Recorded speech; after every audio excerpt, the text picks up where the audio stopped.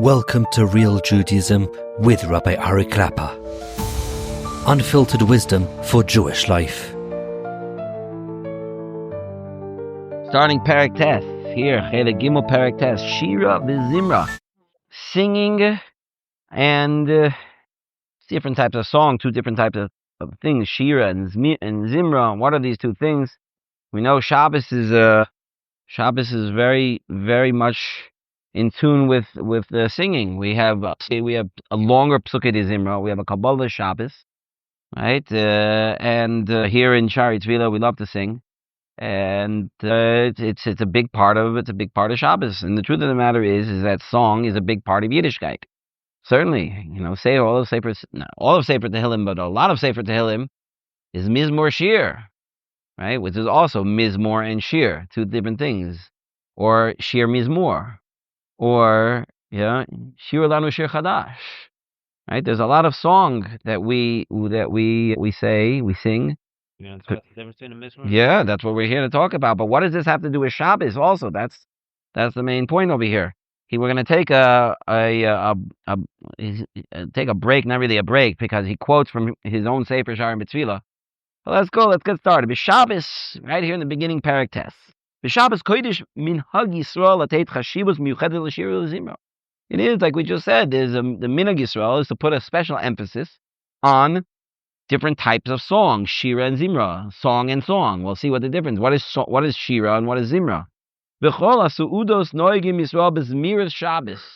Every one of the sudas, all three sudas, have their own distinct different songs, right? When you have Yantif. So, V'samachta v'chagecha. You sing V'samachta v'chagecha both at night and during the day, right? Or, well, I guess Leil Seder has his own things to it, but on the last day of Pesach, so which songs do we sing? You sing Shira al Yam, but Shabbos, each meal has its own different songs. It's very interesting. Like we just said before, Psukei de Zimra is a much longer Psukei de Zimra. V'adavar Mudgash b'yoyse b'Kabbalah Shabbos. And we see this even more an emphasis when it comes to Kabbalah Shabbos. Call Eisek Kabbalah Shabbos is miras. Even if we don't sing every single zemer, but the zmira, they are meant to be sung. Yesh matchilim b'shir shirim. There are many who have the minhag to start Shabbos even before Kabbalah Shabbos with shir shirim. Va'achar kach pirchei tehillim ha'oiskim b'miyucha b'shira v'zimra. Those prakim of Tehillim that we say in Kabbalah Shabbos are particularly in tune with song. L'chuna ranana, let's go sing. That's what l'chuna ranana. Let's start singing. Shiru Hashem, mizmor shiru Hashem. V'achar kach pizmon l'chadoidi. Right? I guess there's some places that they don't sing l'chadoidi, but I think most places do sing l'chadoidi. Mizmor shel Yom HaShabbos.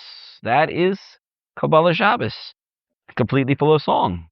But even Minhag Yisrael, who Shabbos Kodesh nichneses mitoch Shira v'Zimra. Every week we go in with Zmiras. It's very interesting when Yontif falls out on Shabbos, so we don't do that. I don't know why. We only say one, at least Ashkenazim, we'll only say Mizmor Shel Yom HaShabbos. Or if it's Shabbos, it's right after Yontif. So why is that? I don't know. But let's see what the idea of Zmiras and Shiras they are on Shabbos. Well, the K'tata the Inyan, the Fiar Kenu, Natik Ma Shekasabnu Bekuntris, Shar Betvila, Beperegrina, Bebir, Kalolos, Inyan, Shir, Vizimra. So, says Rapinkus, you're going to have to take a look at my other Sefer, but don't worry. You don't have to buy the copy of the Sefer. I'll write it right here. I'll copy and paste. I think he got permission from the author to write it. Yeah, copy and paste from his Sefer Shar and Betvila on the perek called Rina.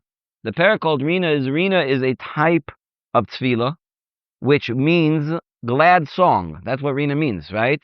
Like we say Gila, Rina, Ditza, right? So Rina means a glad song. So here in Shar and Betvila, and he copies it over here, talks about what does it mean, Rina? Why is that a type of tefillah? In order to understand that, I understand what this glad song is. What are we singing about? What is all this about? So let's begin. There are two types of singing to Hashem. Shira and Zimra. These two categories. Shira and Zimra. Shir and Zemer. What's the difference? What is the difference between Shir and Zemer? What is the difference between it? Let's go. You say Sipur Dvarim. The idea of Shira is to speak out a certain aspect of Hashem. To go in Shira Sayam, Shira's Dvarim B'chana.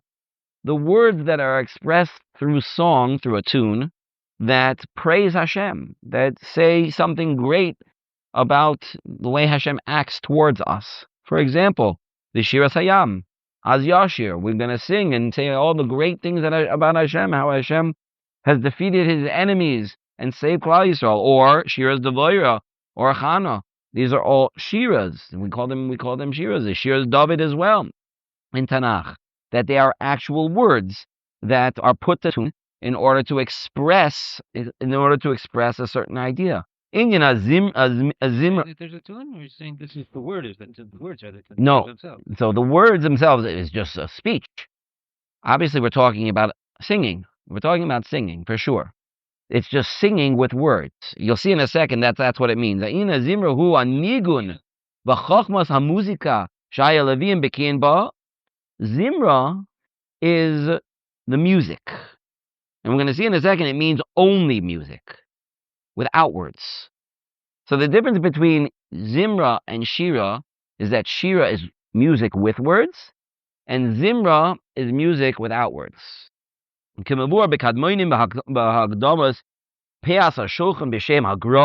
quote in the name of the Vilna Gaon, it's a very deep, very, very deep idea. I think I maybe mentioned it once before, that the highest point of the Avodah in the Beis HaMikdash was the Shira of the Leviim. That's when they did the Nisuch Yayin. Gemara in Brachos, in the very beginning of the 6th parak, talks about the Chashivas of wine, when the wine was brought in the Beis HaMikdash, or the Nisuch Yayin, and it was at that point that they did the Shira. And that's how you know the Nisuch Yayin is so chashuv. And the Gemara there talks about why Yayin has its own special bracha. Right? There are only two foods that get their own special bracha. Bread and wine. Bread I can understand. Bread is the mainstay of life. Right? So I can understand there's a certain chashivus in bread. Wine. Why is wine so chashuv? So wine is brought in the Beis HaMikdash. There are a number of things that chashivus that wine has over any other, not only any other liquid, but over many foods. Wine was brought as a korban in the Beis HaMikdash. Wine can be used as bikurim. Orla, well, no. Yeah, that's true too. That's true too. Sort of like nothing. That's right. But it's not the only thing that's mazbia, which is why it's Drink. Yeah. right. There's a havamina. Maybe I'm to make berachas abaz on yain. There is a tzaddik. I mean, I said orla. Orla is. I mean, it could be orla too, but that's not necessarily what it's miyuchad about.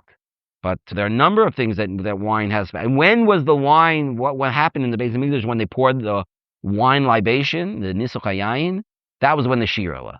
That's when the Leviim started to sing. If you want to see it, the Mishnah is at the end of Maseches Tamid describe this. That as they would pour it, there would be cymbals and boom, and the Leviim would start singing. We're talking about something very deep, because singing brings something out of you. It brings something from your depth that you can't express in words. It's only through the tune.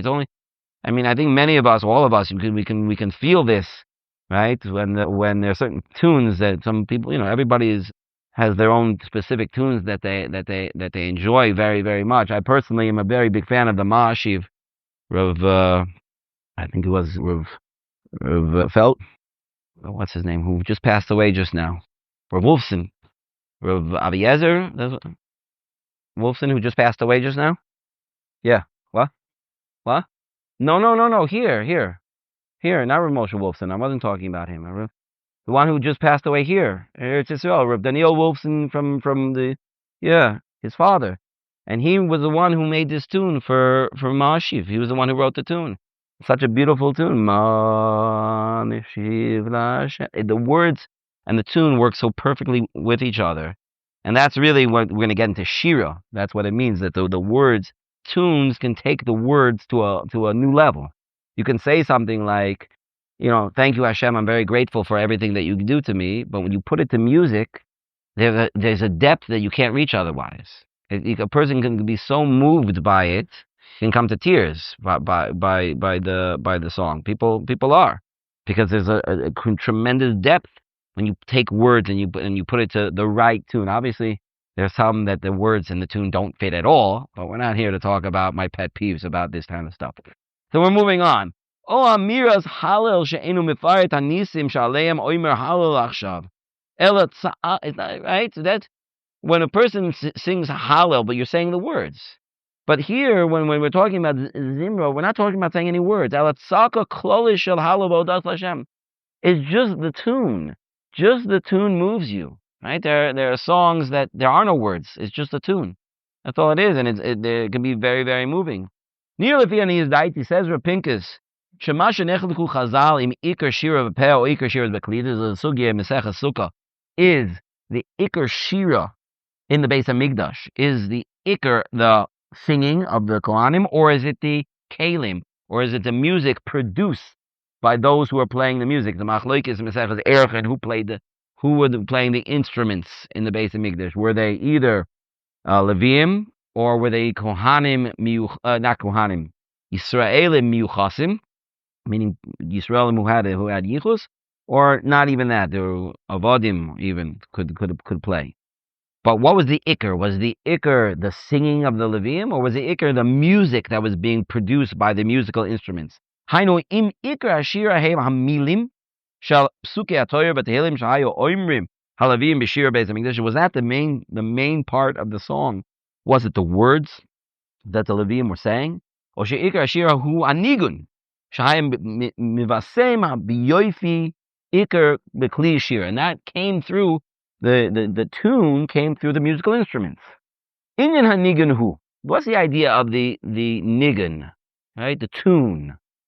Kasher ha'adam ba levateh rikshe hoidah b'simcha. When a person wants to express feelings of thanks and happiness, v'huma libo midragesh kol kach, and his heart is so full, and he's so emotional, until the point where he can't even express it. The words, there are no words. There are no words to say, right? A person who, let's look at it from the other extreme. If a person loses a loved one, many times you can't express the hurt, you can't express the pain. So that's where the tears come. A person cries. You can't express the way you're feeling. So there's nothing you can say. There's nothing you can do. So when we flip it around to the other side in a happy way, a person can be so emotionally happy that there are no words. You can't express it. Az mitparetz benigun v'sharhu b'li milim. Then he can start a tune, and the tune is what expresses what he's feeling. There aren't any words that can express it. Zo inyan zimra. That's what it means. Zemer, zimra. That's what it means. Bitui shel simcha. It's a way of expressing thanks and happiness, amuka, a depth of thanks and happiness, she'ein koach b'milim lahal bisho, that words can't express it. You can't put this feeling into words. V'lachein matzanu pa'amim shira kodemet lezimra. That's why we sometimes find that when we're saying we bring this to bring this point out, it starts with shir and then zimra. Yeah, shir mizmor. There are many prakim in Tehillim that go shir mizmor. Why? If you go in shir mizmor levnei koirach, pamim mizmor, and the other way, pamim mizmor shir. Why? Shepamim b'tchil b'shira loymar et harik shelibo b'hodas Hashem v'kasher mitrakez b'tatzeim b'shira mitgabrim harigashav oid v'oid ad sheme'aved hayecholet litbate uporet v'zimra. Because sometimes we can start to express our thanks to Hashem, and we get more and we get more and more and more emotional until we can't say the words anymore. There are no words anymore. The words got us to this point, but I can't sing anymore, or I can't express it in words anymore, and it's only the niggun now, because the words won't do justice anymore. Or pamim lehepech. Sometimes it's the opposite. Something happens and you're just so overcome with emotion. You start humming a tune, and you start singing, just singing the niggun, but because I don't have the words yet. But as you go along, but then you can find the words. As you're singing along, the words can come. The words can, the regesh of the tune can bring you to words. Now, he's going to take a little bit of a side point over here. That's the two categories, and now we're going to get a little bit deeper into these points. But in order to get a little bit deeper, we're going to take a little bit of a side point to understand that the way that Hashem wrote the Torah was like this as well. So we're going to see how is that true. And that's what he starts here in the middle paragraph on Daf Kuf Chav Beis. V'nei yadua oisios haTorah shebechtav yesh behen shloisha chalakim. When we're talking about the letters of what's written in the Torah, there are three parts of it. Number one, ha'oisios atvon imatagim, the letter itself with the crowns that are on top of it, right? Certain letters have crowns on them. We know the famous Gemara Maseches Menachos that Rabbi Akiva darshaned why did the letters have crowns on them? And even Gemara says even Moshe Rabbeinu didn't know this. Like what is this? There's a reason for these crowns. Or maybe it's just something to make the Torah look nicer. Zekeli Vanveu. These darshaning that they have meaning. So there's first the letter with the crowns. Hanakudot, the punctuation, right? The vowels. It's not really vowels because then the vowels imply that it's a letter, but it's not really a letter. It's just a way to pronunciate the letter. This week's parsha is a great example of that. You can have a letter, and if the letter does not have proper nikudot, what do? You don't pronounce the letter. And the great example of this is the name Yisachar. The name Yisachar is spelled in the Torah with two sins, as if it says Yisachar. But there's no vowels. It doesn't have a patach or a kamat underneath the second sin. It doesn't have one. So even though the letter is there, according to, we can ask Shimi, but according to almost every Balkari that I've ever heard, the pronunciation is Yisachar. You don't pronounce the second sin. I was in one place one time where one time a guy said Yisachar. Thought it was interesting. But Lamaisa, the first time, and then after that not. Right. Yeah, so why is that? I don't know why. But you need to be able to pronunciate. If it doesn't have anything there, so then really there should be no pronunciation of that letter. So there's the letter itself, there's the meaning behind the letter, and then there's the pronunciation of the letter, the hatamim. And the third one is the tamim, the niggun of the letter, or the niggun of the word as a whole.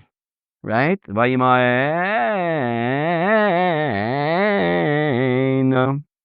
Yosef, by Ashes Potiphar.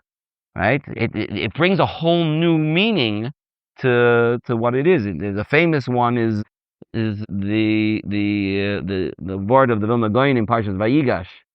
That Vayigash Elav Yehuda is Kadma ve'azla Revi'i. Right? What does it mean? Kadma ve'azla. He got up. Who? Revi'i, the fourth son. Vayigash Elav Yehuda. Who got up? The fourth son. Right? So you see in the niggun what the words mean. Right? It brings out what the words mean. When we're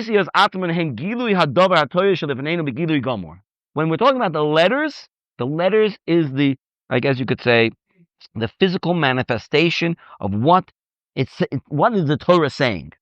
Hanekudos hein thius ha'oisius. Right? The vowelization of it brings it to life. It's there, it exists, but it's not alive until you can pronounce it. And then now we can say them. You can have the same word and pronounce it in completely different ways. Exact same word. I like to take an example of that because I enjoy this example so much. There's in Parshas Vayeshev. We have a chumash somewhere over here. Parshas Vayeshev. I would like to quote it properly in order to bring out this point, because you see it's so amazing the way that the pronunciation will make such a difference in the what the meaning is, which is why if the Baal Koreh says it wrong, sometimes we correct him, and sometimes we don't. You're only going to correct him if shkoyach Evan. Yeah, you're only going to correct him if it changes the meaning, right? I found it right here on the first try. Parshas Vayeshev in Perek Lamed Ches Pasuk Chav Aleph. It's in the parsha of Yehuda and Tamar, and Yehuda sends his good buddy the Adulamite to go pay his debt to the Kadesha that was in the crossroads that he used her services. So he sends this Adulamite, and the Adulamite can't find this lady. So the pasuk says, in Perek Lamed Ches in Parshas Vayeshev pasuk Chav Aleph, Vayishal es anshe makoimo. He asked the people of that place, Lamor, saying, Ayeh HaKadesha he. Where is this Kadesha? Where is she? Be'einayim ala derech, in the crossroads, on the way. Vayamru, lo ha'esa b'zeh Kadesha. And he was told, there is no Kadesha here. The Vilna Gaon says, he makes a drush on this, which is fantastic. He says, instead of saying the word Kadesha, the first Kadesha in the pasuk, don't say Kadesha, say Kedusha. What's the difference between Kadesha and Kedusha? The difference between Kadesha and Kedusha is one dot. That is one dot. Instead of having two dots under the dalid, it goes not a segel, shuruk. Yeah. One in the middle. You got to move it. Right. You have to move one dot. You have to move one dot and add a dot. That's the whole difference. If you would just have the letters, it would be exactly the same. How do you know if this is Kadesha or Kedusha? So he darshans like this: Ayeh HaKadesha. Instead of Ayeh HaKadesha, Ayeh HaKadusha. Where is Kedusha? Hi be'einayim. It's in your eyes. That's the drasha. Ayeh HaKadusha, Hi be'einayim. The pasuk says, Vayishal et anshi makoima lemor, Ayeh HaKadesha, Hi be'einayim ala derech. So you put one different letter and he has a drasha. Where is real Kedusha? It's in your eyes. The source of all Kedusha comes from your eyes. And what you see? I mean, what you see or what you don't see. What you look at or what you don't look at. That's where Kedusha comes from. Person who's shomer his einayim is going to be kadosh. And what's the difference? One dot. Two dots, I guess. One dot you add, and one dot has to be moved about a millimeter. Right? Ayeh Kedusha. Where do you find Kedusha? Hi be'einayim. You'll find it in your eyes. Anyway, it's a beautiful drasha. L'maisa, that's what you see. The vowelization of a particular letter is what brings it to life, and what gives it meaning. That is the life of the word. So let's come back here. But when it comes to the trop, the way we say it, Sham hanistot v'tamei Torah. There are the hidden meanings of what's really the Torah means. Hine yesh kama perushim lemila tam, o miloshen sibu biur, o miloshen niggun, o miloshen ma sheich toem hamachal. Right? There are many ways of explaining what a word means. What is the explanation of the word? Oh, what is the phrasing of the word, or what is the way it's being said? Right? There are words, which is why, by the way, just as another side point, I like going on side points, right?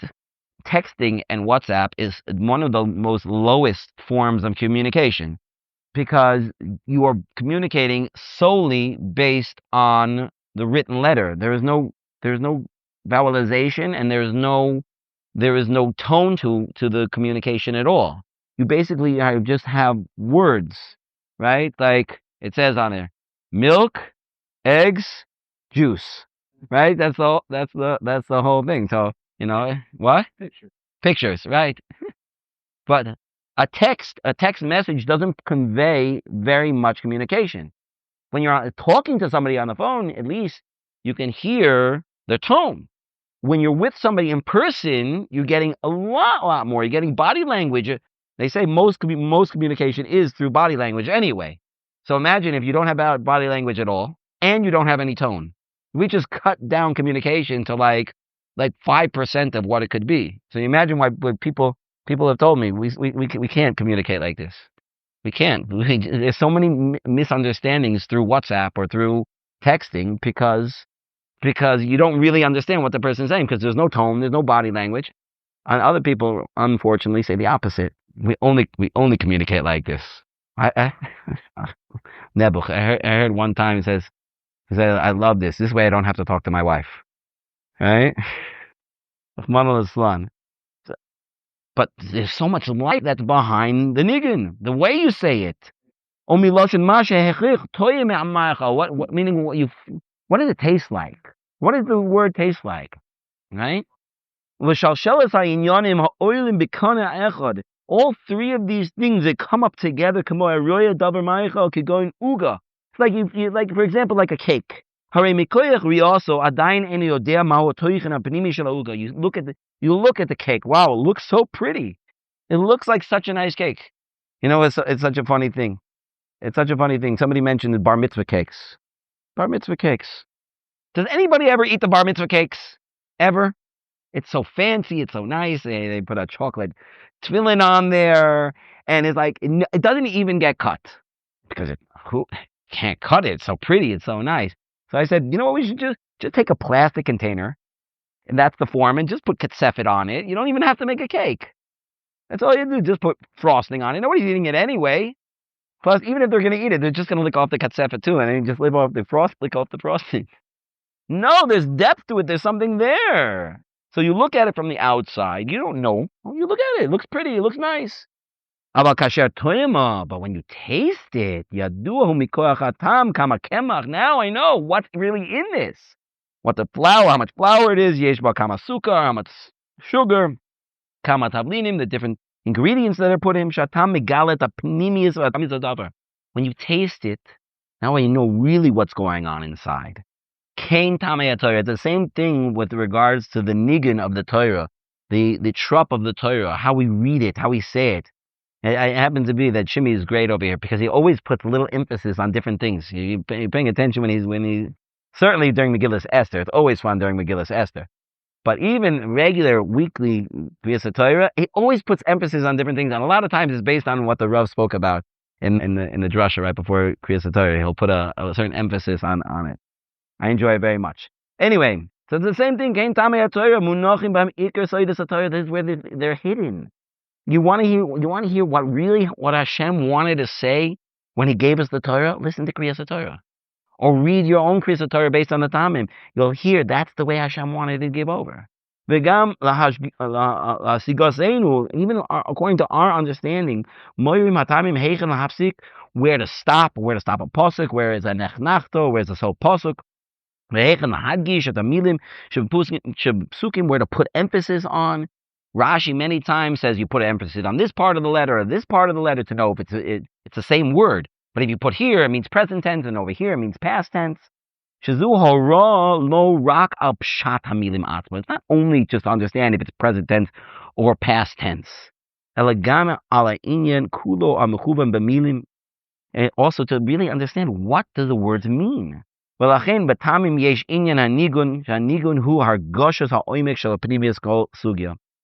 that's what he's saying over here, that the niggun, the way we sing something, the way you sing is what brings out what you really mean in the words. So just like in the Torah, when we say a tam, we say it with a certain trop, it brings out what the word means.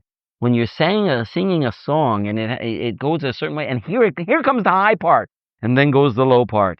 It's bringing out the emphasis on those different parts in order to bring out what the real meaning of the song is, and what you should be feeling in the song, or what the song makes you, or the song is expressing the way you feel, or the way David HaMelech felt when he sang the song. If we knew the exact niggun that he had.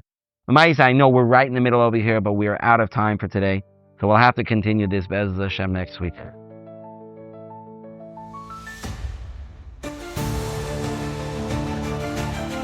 Thank you for joining Real Judaism, where we explore Torah's wisdom for real life. Created by J Foundations and produced by Eli Podcast Productions. Find more episodes at realjudaism.org. and subscribe wherever you listen to podcasts.